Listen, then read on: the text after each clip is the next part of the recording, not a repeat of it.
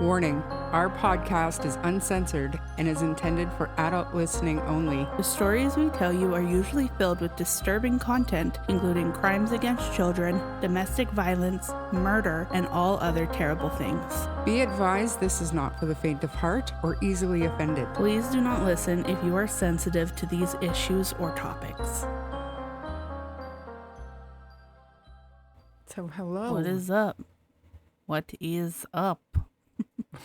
I feel like every single episode starts like that. Indeed. Hi. Yeah.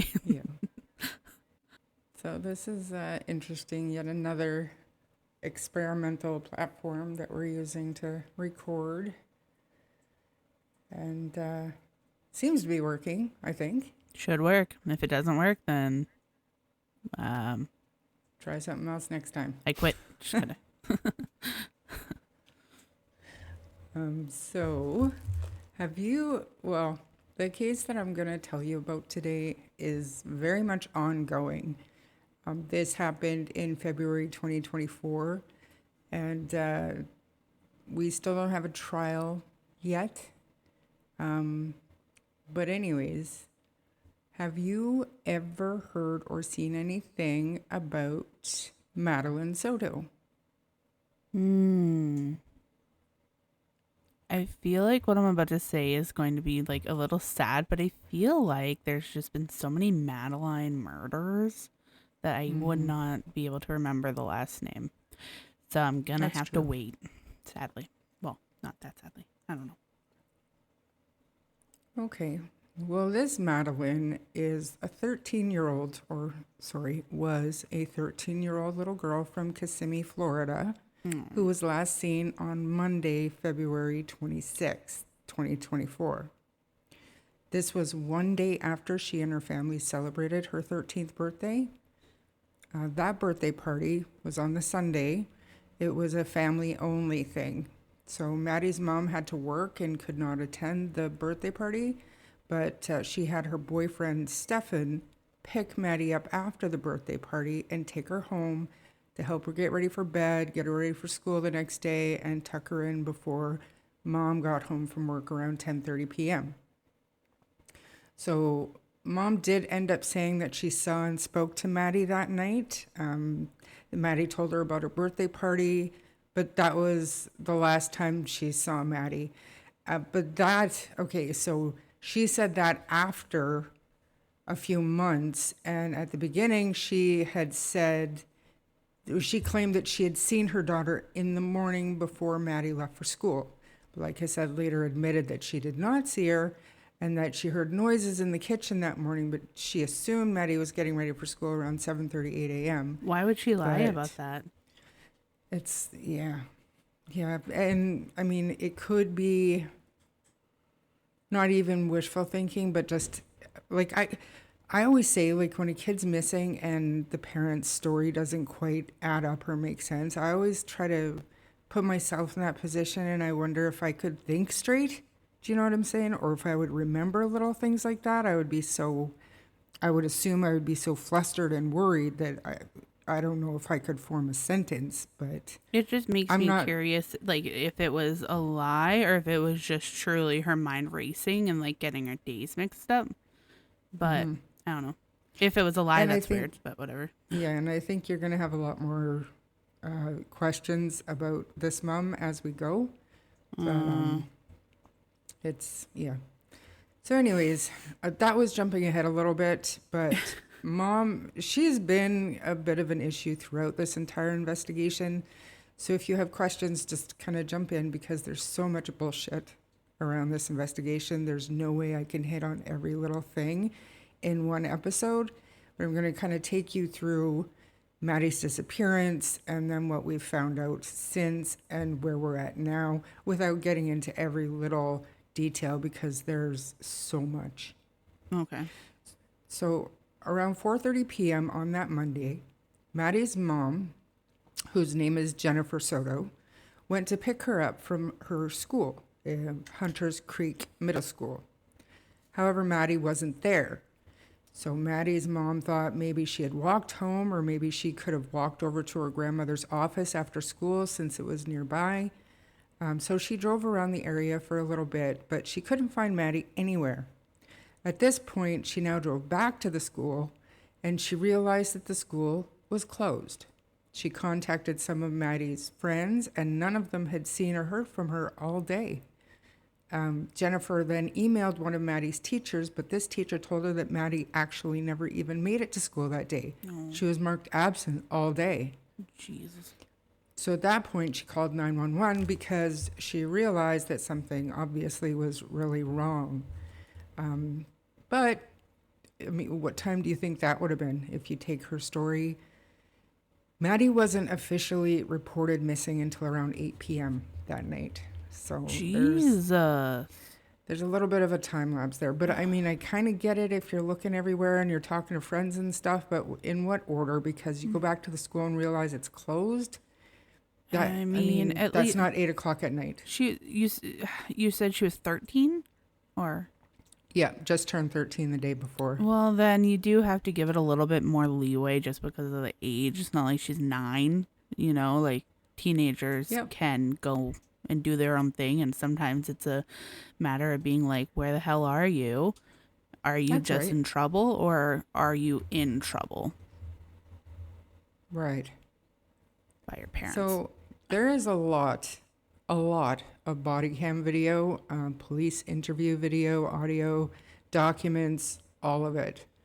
And unlike a lot of other investigations, all this stuff has been made public. Like the public has access to this stuff. But anyways, that night, Monday, a deputy met with the family at the grandmother's office. So there on the body cam video, we can see Maddie's family, including her mother, her mother's boyfriend, Stephan Sterns. The officer was collecting important information from Jennifer, like when she last saw Maddie, how old she was or is, what she was last wearing. Do you have a picture? What were the circumstances that day? Like, how do we know she's missing and not just out with a friend or, an innocent explanation? So during this video, we learned that Maddie was last seen wearing a green jacket, black shorts, and white Crocs. And apparently it was Stephan who dropped her off at school around 8:30 that Monday morning. So the question that everyone had at this moment, of course, what on earth happened that morning? How did she not make it to school if she was dropped off at school at 8:30 a.m.? But words matter. And as we would come to find out, Jennifer kept changing from we to he when explaining Maddie was dropped off close to school, not at the school, but close to school at a church. So Maddie was not actually dropped off at the school, but instead she was dropped off in a church parking lot, Peace United Methodist Church. And this church was across the street and down a bit from her school. And according to Jennifer and Stephan, the reason for this is that Maddie was embarrassed to be seen in Stephan's car. I've seen pictures of this car, and it's not it's not all that bad. Yeah, But but you never really know. It could have made a noise or something like that. Yeah. But if it was Oh, only for that sure. far away, if you think about like the great church across from the school here, like Mm-hmm. technically that's down the block and over a little bit, but there's still like a field and stuff. And she's Yep. 13, so it's not that crazy. No, not at all. No. The only other thing was that school didn't start until 9:30, but Stephan he'd go on to say that he wanted to get an early start because he was taking Maddie to McDonald's for breakfast. But when they left, Maddie wasn't feeling well. She didn't want breakfast, so she just asked him to drop her off at the church. So that was his story. Weird.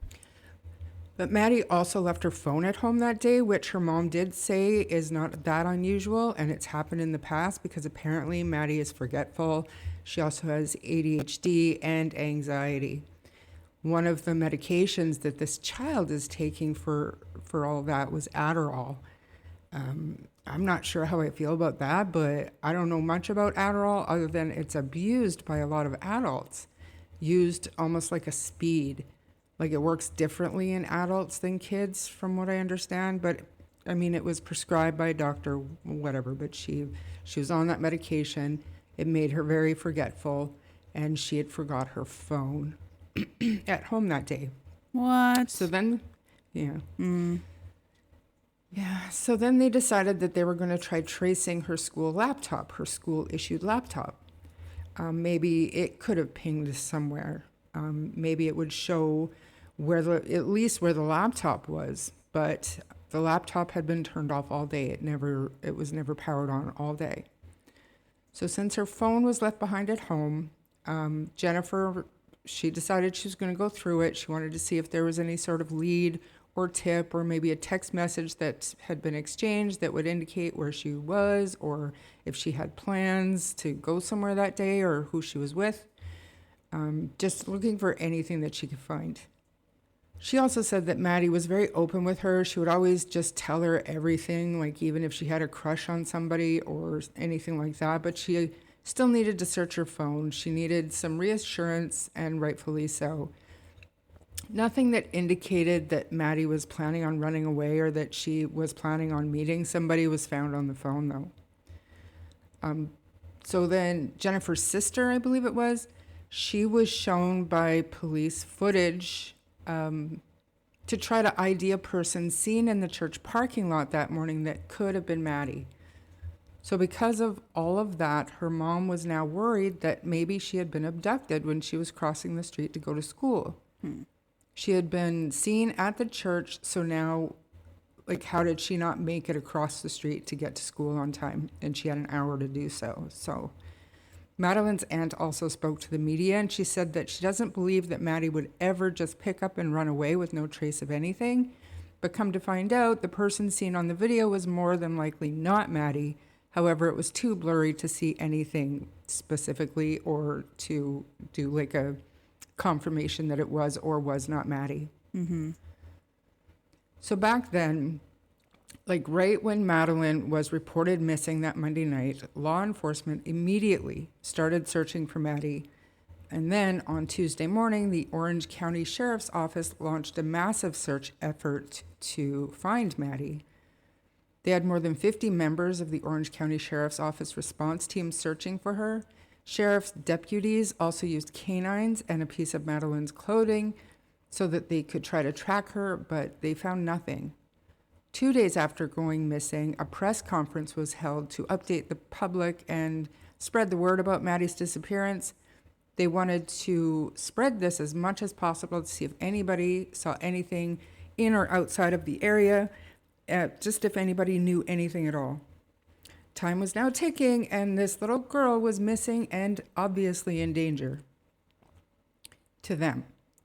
So during the press conference, the Orange County Sheriff's Office said that the search now included well over 100 people, including deputies, detectives, intelligence analysts, and specialized personnel. They did interviews with Jennifer, Stephan, Maddie's friends, her family. Mom said that she was able to access Maddie's phone, and there is information on the phone that indicated that she told people when she turned 13, she actually wanted to go and live in the woods. Okay, and she left her phone at home that day. So, like, she could access her phone, I'm guessing, just by literally picking up the phone? Yeah. Okay. Yeah. And I mean, parental controls and stuff like that, I'm sure. But I mean, honestly, as soon as I heard that Maddie was telling people that she wanted to go and live in the woods when she turned 13, it made me wonder. It made me think, like, maybe something was wrong with that information. Obviously, the timing of all this is certainly alarming, and also a little suspicious because she just turned 13 years old, and now here we are. She went missing the next day. As a 13-year-old who likely felt the exact same way, when I thought about going and living in the woods, it wasn't living in the woods and like eating raw meat. It was like this fantasy cabin in the woods that I find, and there's like the perfect person already living there, and da da da da da da da da. I'm sure she wasn't thinking about turning into a wild person and just running into the trees. Well, especially because like kids nowadays, they're so connected. So you're not going to find Wi-Fi out there or you're not going to have a charging port for your phone, or, you know what I mean? 13 years olds, Yeah. their lives kind of maybe not revolve around being connected, but it's a huge part of their social existence nowadays. So it made me a little suspicious of that whole storyline. But as it turns out, Maddie's disappearance and this claim of her mother's was about to take on an entirely new spin with a breaking detail that was going to change the entire investigation. Hold on. So bad. Okay. So now, 2 days since Maddie's was last seen, and on Wednesday, February 28th, the mom's boyfriend, Stephan Sterns, was arrested. But he was not arrested for anything related to Maddie's disappearance. He was arrested for sexual battery and possession of explicit child sexual abuse material. Oh, God. I'm talking extremely horrific content on this monster's phone. It's so graphic. It made my stomach turn to hear about it. Which, I mean, when there's like a case being handled with that much like care, I feel like a lot of the times they'll search the suspect that they are suspicious of to find a reason to get them arrested. So if they found that, I feel like they found that for a reason to like be able to hold him or something. That's crazy. And at the time of this arrest, although he was not charged with anything related to Maddie's disappearance, he was named the primary suspect in that investigation. Now, was it because of the material, or was it because he was the last person to be seen with Maddie? Well, we're about to find out, because the investigators had asked Stephan if they could look through his phone early on in the investigation, like day 2. And but later we saw body cam video of Stephan indeed giving the investigators permission to look through his phone, but we also saw how Stephan reacted when he realized they intended to take the phone with them and keep it for a day to properly search through messages as part of their investigation. Stephan was clearly not comfortable with that and asked when he could get his phone back, saying he needed to call his dad and other bullshit excuses to get that phone back. It was kind of funny because one of the cops said, "Oh, you need to call your dad here, use my phone." Obviously, Stephan was like, no, I can wait. I really need to know when I can have my phone back. Anyway, the investigators stated that upon examining Stephan's phone, they found unsettling images along with evidence that he tried to wipe his phone entirely. Now, Stephan said that he accidentally did a factory reset on his phone. Oh my God. Coincidentally, this happened the same day that Maddie disappeared. She disappeared, and now just by accident, he factory reset his phone. Strange, right? That's more than strange. It is, but even more of a red flag is the sheriff's office said that the crimes that were depicted in the images and in the videos that were found on his phone were committed from inside the family home. So I want to read this exact excerpt from the affidavit because it really does paint a picture of how severe this material is. I'm only going to read a little bit. This thing is pages and pages long. I think later I go through, and I probably won't bother going through every single charge, but he is charged with over 60 individual counts. And I mean, it could be much worse because they end up finding over 1,700 images, numerous videos, just a plethora of this disgusting material.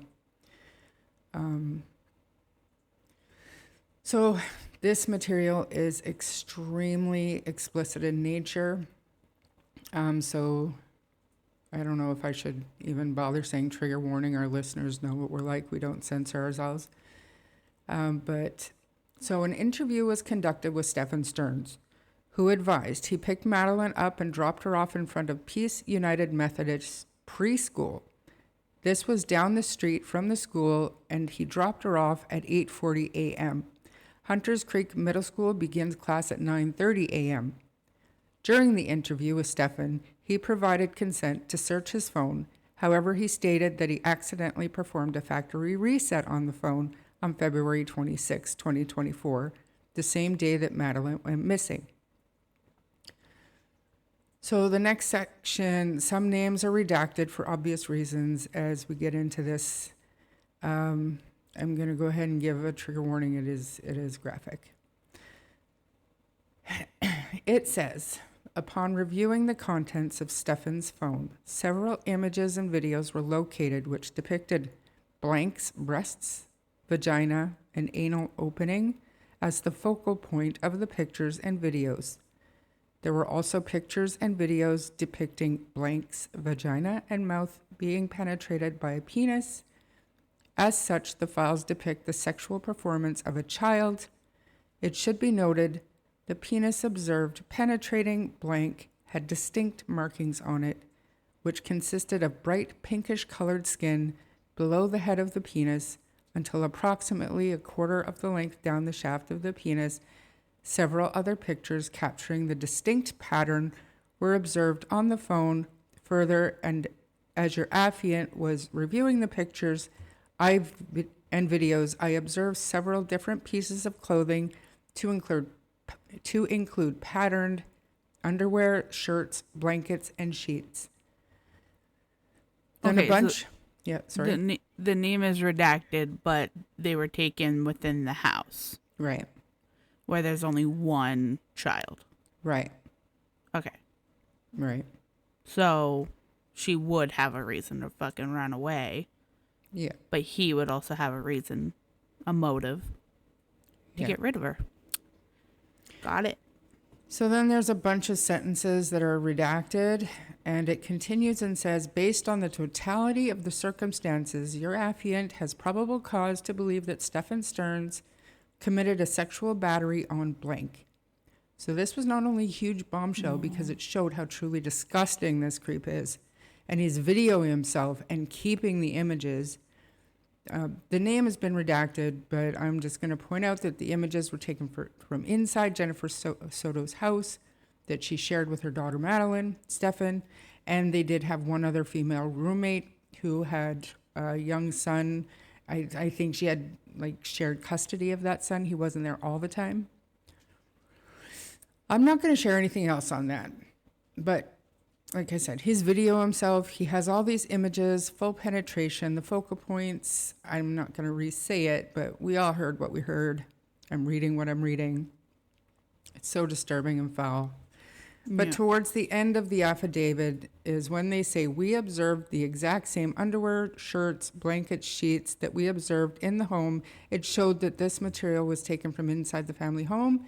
It's truly, truly devastating to realize and know what was really happening in that house. So what the dynamic really was between Stephan and Madeline. Stephan obviously exercised his right to an attorney after he was confronted with those images found on his phone, and he remained silent for the questioning after that point. But as all of this was unfolding and he was detained at that point, searches for Madeline were still ongoing because she still had not been found. And the searches continued throughout Thursday and Friday, with law enforcement giving the public updates on their investigation all along the way. And I have to say, Florida is pretty good about giving press conferences and stuff.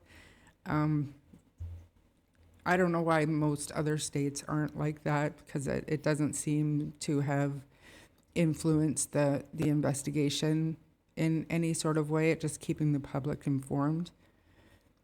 So anyways, at the same time, when Stephan was being confronted with those images that were found on his phone, Jennifer was being interviewed in a conference room at the sheriff's office. Jennifer was asked questions about Madeline being missing and the dynamics of the household. Jennifer stated that her and Stephan had been dating on and off for 7 years. Stephan had moved out of the home in the later part of 2023. Jennifer stated that while they were together, they would all either sleep in the same bed or Madeline would sleep with her when Stephan was not there. When asked if it was normal that Stephan and Madeline sleep together without her being there, she said yes. Jennifer stated that she needed a good night's sleep due to her anxiety. She would ask them to sleep in a different bedroom. So, and actually that night she needed a good night's sleep, so she told Stephan and Madeline to go sleep in the guest room together the night before she went missing. But anyways, Orange County detectives had previously shown Jennifer photographs of Stephan's penis for identification purposes, but Jennifer did not believe that Maddie and Stephan were engaged in sexual activity, even though she ID'd that penis as being Stephan's. So on the same day, Orange County Sheriff's Office Forensic Unit responded and assisted in searching through the trash from a dumpster near the apartment. Crime scene investigators located a tire in the trash, and near that tire was a plastic bag that looked similar to the one Stephan is seen on camera throwing away. Inside the bag was a black backpack with a Hawaiian print. Inside the backpack was an Orange County Public School laptop computer belonging to Madeline Soto. Also in the bag was a single white crock. This crock matched the one that was found in the residence where Maddie lived, and none of this information was made public for a few days. So you can imagine now that with the news of the arrest of Stephan, or he was being detained at that point due to graphic images on his phone, and also with Maddie still being missing, hopes of finding Maddie alive was not looking promising at all. But then all of a sudden on Friday, day 5 of Madeline being missing, the Orange County Sheriff's Office shared shocking and grim news in a press conference. The Orange County Sheriff's Department said that investigators are confident that Madeline Soto is dead, and worse, they believe that the mom's boyfriend, Stephan, never even took Madeline to school that morning. And they said that they believe that because they believe she was already dead. Now, they announced that at this point, this was a recovery search only and not a rescue. This was also extremely shocking news to the public because at this point, it had only been 5 days since Maddie had disappeared. And we generally don't hear that they believe that a case is shifting from a rescue to recovery that quickly after somebody's just gone missing with no body or anything to say otherwise, right? Yeah.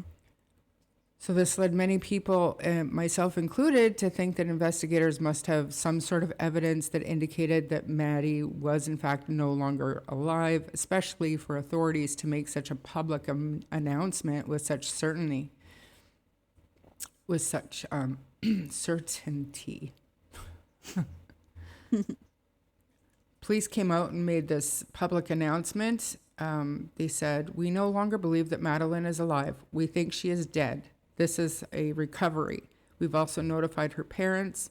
They also found all of this explicit material on Stephan's phone, and he's been charged, but reminder, charged with crimes not pertaining to Madeline's disappearance." But then a huge break was about to come because investigators discovered a video footage showing Stephan throwing those same items into a dumpster behind their apartment complex. And that was the video footage was from 7:30 a.m. the day Maddie disappeared. So not long after discovering that footage, like I said, investigators discovered Maddie's backpack and the laptop in the same dumpster. And they also said that they found video surveillance of Stephan returning to the complex at 8:19 a.m. and Madeline was visible in the car in that footage.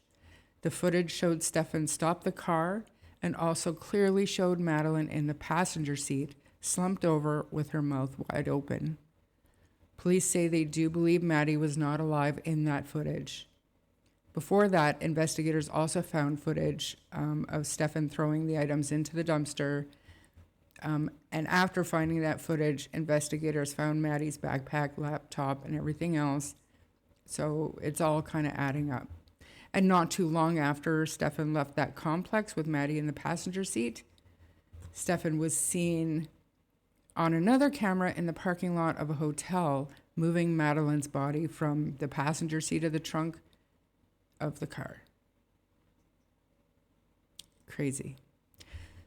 So I'm going to play that press conference here.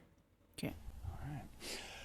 So thank you for being here. We have some important developments in this case that we want to share with our community. I wish we were here to tell you that we have found Madeline, but we have not found her.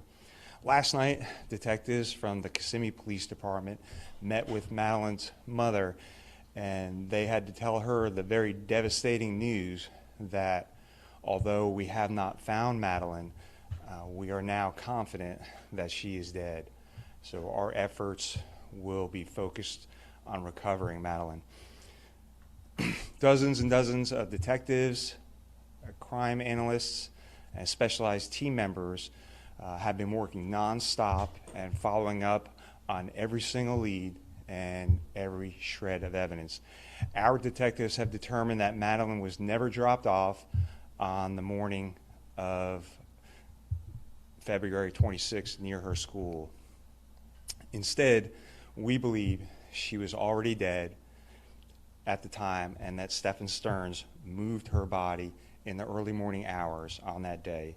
We have video evidence that shows Stephan Sterns discarding items in a dumpster in that apartment complex in Kissimmee at 7:35 on Monday, February 26th. Detectives later recovered Madeline's backpack and her school-issued laptop from that dumpster. At 8:19, we have evidence that shows Stephan Sterns returning to the complex and Madeline was visible in that vehicle.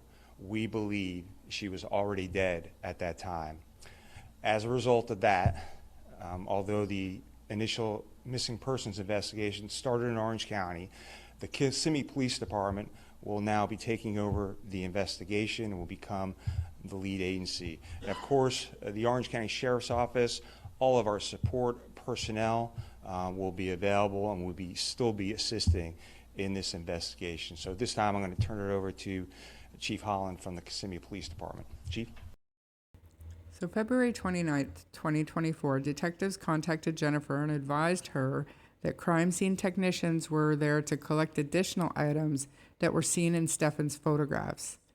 Jennifer confirmed on the morning of February 26th that she was woken up by Stephan trying to put a leash on their dog. Jennifer got up and Stephan told her not to worry about it and go back to sleep. Jennifer said she doesn't remember Stephan coming back in to tell her goodbye or to say, she doesn't remember saying goodbye to Madeline or anything.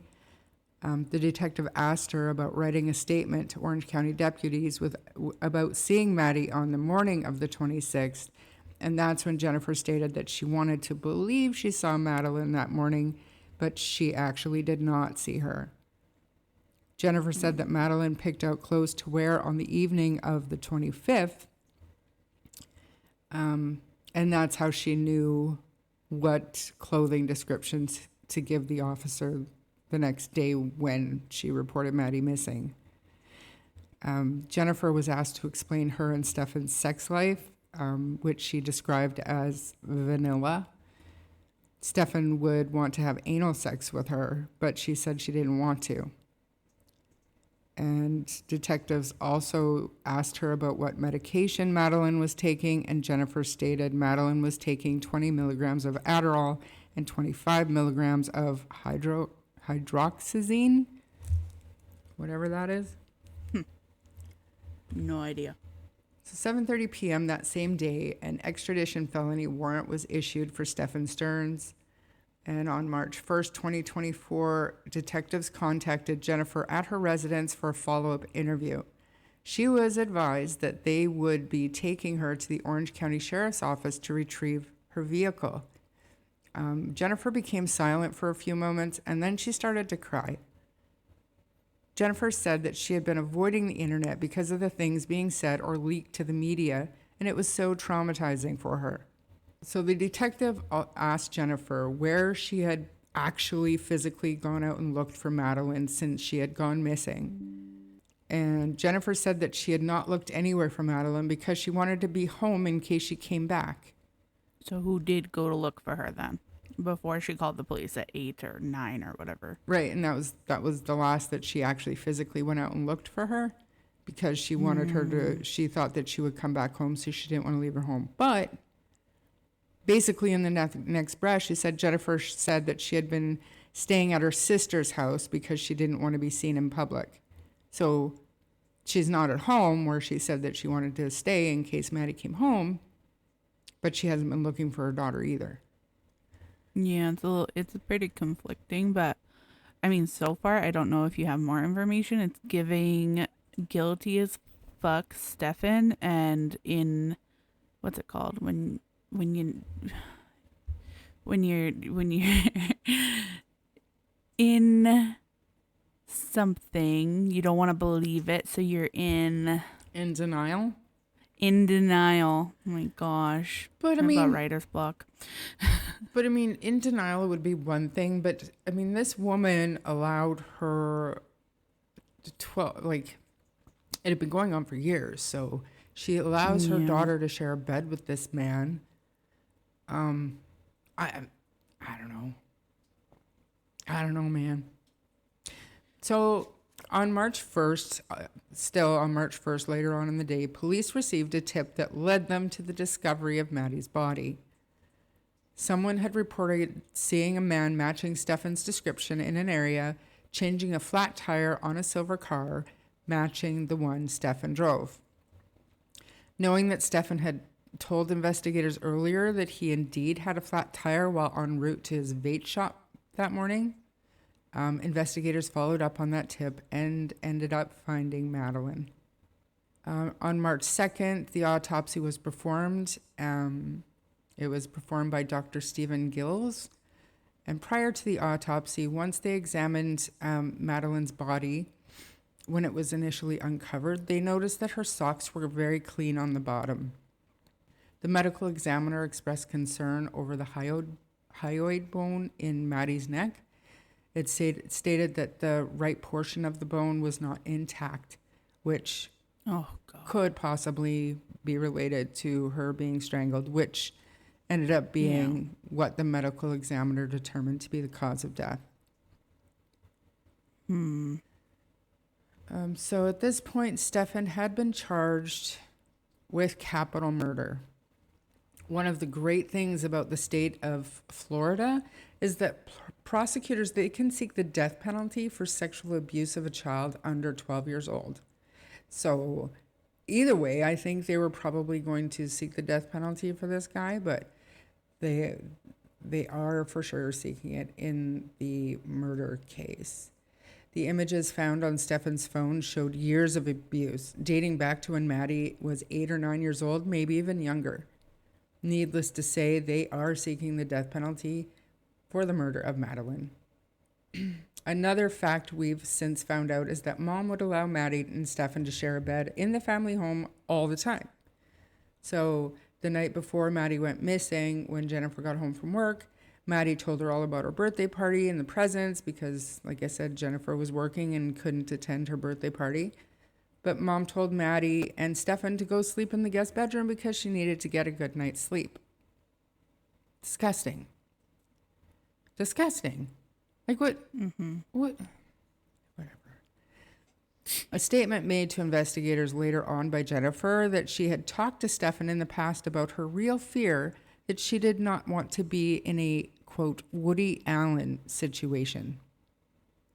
Jesus. Woody Allen, of course, was a pedophile who fell in love with his wife's daughter and they ended up running away together. So now all eyes are on Mom, right? Did she know about the abuse? Did she allow it or even participate or condone it? To me, she obviously knew something was not right and more jealous and worried about losing her boyfriend than protecting her daughter. That's what it seems like to me.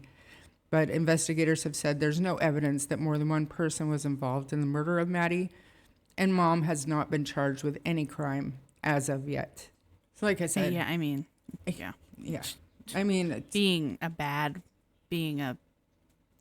Being a lost person isn't a crime. You can be a piece of shit and still not go to prison. I mean, that's very true, but it's still...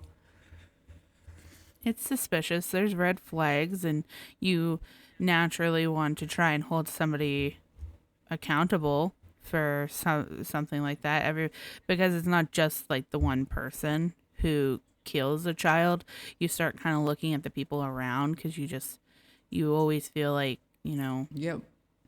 they're responsible to keep that child safe. So the fact that she was in denial for so long and it seemed like she wasn't doing enough is kind of damning in Yeah. itself. 100%. Like I said in the beginning, there's so much information available to the public about this case: search warrants, filings, transcripts of all jailhouse phone calls. There's so much shit released to the public, and it's great. But I mean, you can't go through everything. It's not all rumors and rabbit holes and stuff. This is actual court filings. It's part of the trial proceeding at this point. But there's so much information that going through it all at this point in a podcast episode, to be detailed and a deep dive, we'd be here for a week. There's just so much. But crime-timelines.com has got everything. It's amazing what this website does for cases. They put everything in chronological order when it was filed. They've got all the PDFs, the court filings, the pictures that are not sealed because, but everything that you need to know about the case is up on their crimetimelines.com/Madeline Soto. Go and find it because it's great. I'm going to put the link to that site in the show notes. So as for now, I know that Stephan's lawyers are trying to get the judge to toss the death penalty, as if, right? Like I think he's arguing. Yeah, we have the body. Yeah. It's not like Literally we need anything have- from him. He's guilty. Have the body on CCTV footage, you moving the body from the passenger seat to the trunk, like whatever. And I mean, we're not even talking about any DNA or anything that was found. And one of the most troubling parts of this, there are also some serious rumors that seem to be becoming more likely that Maddie may have been pregnant by Stephan. Text messages between the two seem to point to it being possible that she was or thought she may be pregnant. Jesus Christ. Remember, this is a child. And yeah, she and he's turned just texting her about this shit? 13 years old. She turned 13 years old the day before she was murdered. And it appears that this pedophile had groomed and victimized and manipulated Madeline into what he considered to be a consensual relationship. She was a child. Like she was sending him text messages. The latest one that became public was screenshots from Amazon that she wanted him to buy these mommy and daddy coins. You flip the coin to see whose turn it is to do baby chores, like changing diapers or getting the bottle or whatnot. Yeah. She was texting him, "We need this. Buy this for us, please." So it seems like she had been in this relationship Yeah. with this pedophile. That's fucked up. So fucked up. So we also saw a note. There was no name attached to this note, but there were speculation that it was, in fact, Stephan that wrote this note to Maddie. And so I'll read the note and then I'll give you what we know now. Your hair was like honey, with eyes stormy blue. Gone far too soon, I will always miss you. Your smile was a treasure, your laughter filled the room. This world is not the same, I will always miss you. I loved you so much, I would have died for you. With no end to my tears, I will always miss you. I held you in my arms, my heart died with you. Rest in peace, sweetheart, I will always miss you. Now, word on the street is that this was found hidden in his Bible in his jail cell. What a pig. Yeah, he's just a sick fuck. It Obviously. is so beyond a sick fuck. Okay, and sorry, when is his trial? Okay, so the sex abuse trial is set to begin on February 24th, like this month. Wow. Like I said before, he has over 60 counts of child sexual battery and related charges on that one. 1,700 images, numerous videos. Like, the guy's going down. But then the murder trial is scheduled for September 22nd, 2025. I wouldn't doubt if we see a delay in one or both of these trials, but I mean, I'll keep you in the loop. And head over to that crimetimelines.com, see all the photo statements. It's even got like the search warrant pictures of Stephan's body. Like, obviously you don't want to go in there and see, the markings, the discoloration on his Peter or anything, but you can go in and see what this guy looks like, what Madeline was dealing with. And then you also have to question and wonder what the motive would have been. Like, if she was pregnant, was it that devastating for him? Like, he would know he was going to get caught, I guess, diddling a child. For sure, that's probably what he was thinking. You think that's a good enough motive to kill somebody that he supposedly for a pedophile loved? man who doesn't want to get caught? For sure. Gross. Maybe, yeah. You don't love a 13-year-old. If you're a pedophile, you friggin' lust after them and say whatever you need to do to get them. Mm-hmm. But you don't, that's not love. So. But I mean, and he had been around this girl since she was 7 years old. So, and apparently the images dated back a number of years. So I have no doubts that he started grooming her nearly right away the first time that they were alone. Oh, obviously, for sure. Yeah, so. Yeah, so Sick. Gross. That's the Sick story of Madeline as it stands so far. I think it's No justice yet, but it's coming, sounds like. That's right. It's coming. Absolutely, it's coming. And so, not related to this case, just a quick update on the Megan Boswell. That was the Casey Anthony 2.0. She's terrible, so much worse. We did that episode in season 1. Her trial started on Monday, just a couple of days ago. So that'll be interesting, and maybe I'll do an update episode here once that trial is done. But that's really all I have on Madeline for now, and I'll keep everybody in the loop if something big happens with that. And yeah, so that's what I've got about Madeline, and Megan Boswell is gonna see her day of justice soon enough. And thanks for listening. Thanks for listening at the same time. Yeah. If you enjoyed this episode, please subscribe to the podcast and share with your friends. If you don't mind giving us a 5-star rating, it will help our show grow. You can also find us on Facebook or TikTok, where the discussion can continue. If you wish to contact us, you may do so via email at truecrimestorypod@gmail.com. Remember to send in your podcast episodes, case suggestions, or requests. Hop over to our Patreon for bonus content, or you can go to buymeacoffee.com to support the show. Thank you so much for listening. I'm Bree, And I'm Char. and we'll see you in the next chapter. Bye.